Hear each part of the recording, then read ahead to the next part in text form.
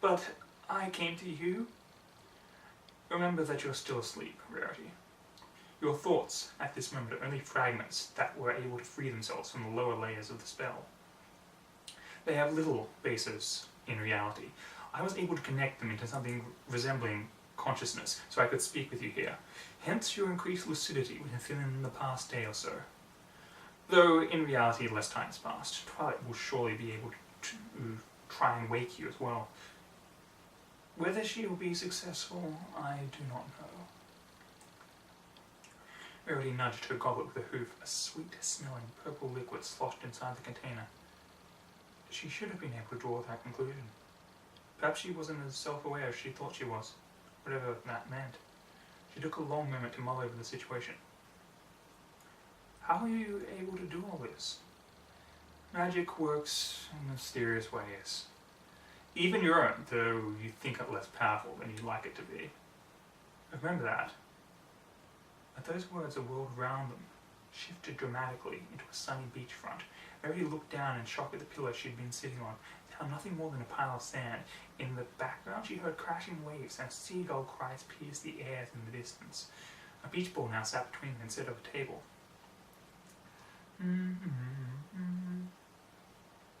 This layer is destabilizing.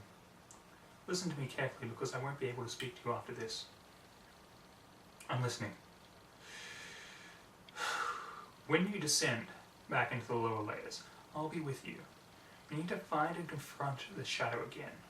Darkness is the source and symptom of this invasion. No doubt you have already figured this out. What you don't know, and therefore I do not know, is what the shade is a manifestation of, what it represents. Rarity rubbed a hoof on her face to make sure she was still there, trying to take all this in. Her grip on the world seemed to be slipping away with each passing second. Parts of her body were now becoming numb, and it was growing more difficult to think. How do you know it's supposed to symbolize something? Magic knows magic.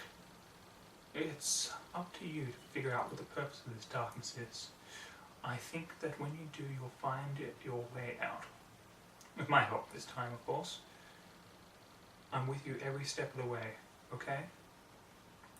The whirl around Rarity buckled and heaved. Okay, she said with as much force as she could muster. Good. Her voice seemed to resonate from all directions as the world faded. Good luck. Rarity found herself in a cloud, and one that was pretty high up by the looks of it. The purple mane rippled in a gentle wind, and the sun shone vibrantly, but not terribly warmly on her. The town below her resembled a caricature of Ponyville more than the real buildings. She couldn't see any ponies in the streets. The road seemed abandoned. The orange filly beside her sipped something from a delicately sculpted glass. You were saying? Pardon? About Celestia. What were you saying? Said Scootaloo. Stalling for a moment, Rarity looked at her own glass. An empty goblet stared back at her. I'm sorry, I don't remember. Scootaloo swished a liquid in her own glass. That's okay, I'll pick it up again. Is Celestia a god? Well, she's a princess, and she can control the path of the sun. That's not what I asked, though. Is she a god? I suppose so. Her magic surpasses every pony else's, and she was certainly powerful enough to banish Luna when the need arose. Did she create Equestria? No. Then who did? Good question. So, Scootaloo said, getting up from her sitting position and walking to the edge of the cloud away from Rarity. She spread her wings and let the wind catch them, ruffling her feathers. Who's to say she's a god? Rarity found herself amongst objects that reflected the light so violently that she had to shield her eyes for a moment. When she brought down her hoop, she saw around her a mountain the most beautiful gems she had ever seen. Every colour of the rainbow blanketed her in a wave of radiance that made her eyes sparkle with pure delight. The ground beneath her rumbled. She heard a noise not unlike an earthquake behind her. Whipping her head around, the last thing she saw was an enormous black and gold dragon, returning to protect his treasure. The frenzied roar of the crowd could be heard through the thick red curtain separating Rarity from her destiny. She could feel the hot spotlights in the eyes of thousands of ponies anxiously awaiting her appearance. She looked down at herself. This was the most beautiful dress she had ever designed. It fit her curves perfectly. She had never looked more stunning in all her life, and now she was going to prove it. Brushing back her perfectly groomed mane, she stepped out onto the runway. Except there was no runway. There wasn't a crowd. As her eyes adjusted to the dim lighting of the theatre, Rarity realized there was absolutely nobody there. The sounds that previously deafened her faded away as the spotlights faded to black. Space around her was filled with an absolute darkness, making discerning her location an impossibility. In front of her was the mare with slate blue fur and a duotone mane to match. She wore a purple cloak and a pointed hat with decorative stars embroidered on the fabric. Levitating in front of the cloaked pony in a magical purple haze was a single flower with purple petals. She looked at her with a neutral expression.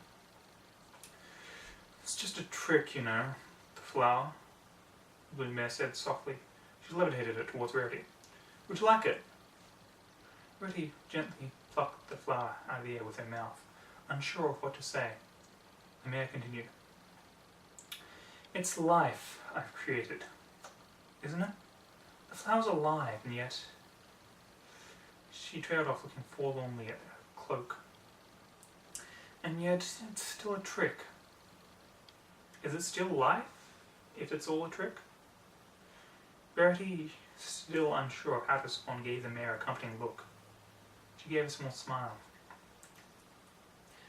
"I guess if the ponies like it, what's the difference?" "You're useless!" Twilight yelled, pushing the metal puzzle box and everything around it off the table. The mass hit the floor with a loud clatter, a heap of scrolls, books, and the remains of a teacup. Rarity opened her mouth to speak, but was cut off by a glare from the purple unicorn. "Useless! A fool could do that spell! You've been at this for an hour! You can't do a simple levitation spell?" "I only..." Twilight whirled around, fire in her eyes. "You only what? You're an embarrassment. It's no wonder you left Canterlot. Obviously you weren't good enough to stay there. That was pitiful!" Rarity felt her composure slipping away from her. If you... And you call yourself a unicorn," Twilight yelled. "You might as well get that horn removed. There's nothing I can do with you. Get out of my house!" At that, Twilight Sparkle turned back around and began to pick up the items that she had prepared for that day's lecture, the majority of which were now scattered on the floor. Rarity watched for a few moments before gathering the strength to speak again. She felt like she was at the edge of tears. "Please," she said softly, trying to control her voice. "Give me another chance. I'll do better, I promise." Twilight turned to her again, an incredulous look on her face. Rarity cringed, expecting her to yell again. "Another chance? Another chance? Okay, here's your chance." Twilight's horn glowed a brilliant lavender, and Rarity felt her throat magically constrict. Her eyes opened wide as she gasped for breath around the crushing force. "So what are you waiting for? Stop me! Surely you can do that!" Rarity brought her hooves to her throat and fell backwards off her pillow in pure panic. All magical ability forgotten, her heart raced in her chest as her view of the ceiling began to blur at the edges. Her back hooves kicked uselessly against the air and scuffed the floor of the library. She fought for even a single gasp of air. She heard Twilight's tirade continue across the room. "Even when your life depends on it, you can't save yourself. You don't deserve your magic. You don't deserve your gift." Just when Rarity thought she might lose consciousness, the magical hold on her neck loosened and dissipated. She took a few choking, shuddering breaths, and her vision gradually returned to normal. In a thrashing, she had ended up looking at the door to the library. She thought she saw a face behind the frosted glass. She thought she heard knocking. She didn't care. Getting to her hoof, she turned to face her teacher, but a smug, satisfied look on her insufferable face. "Go ahead. Do what you wish. I welcome it." Rarity's face twisted into a snarl. She intended to. Lighting her horn with magic, she leveled it directly at the purple mare. She knew exactly what spell she was going to use. Before she could, though, she felt the door open behind her. Rarity, stop!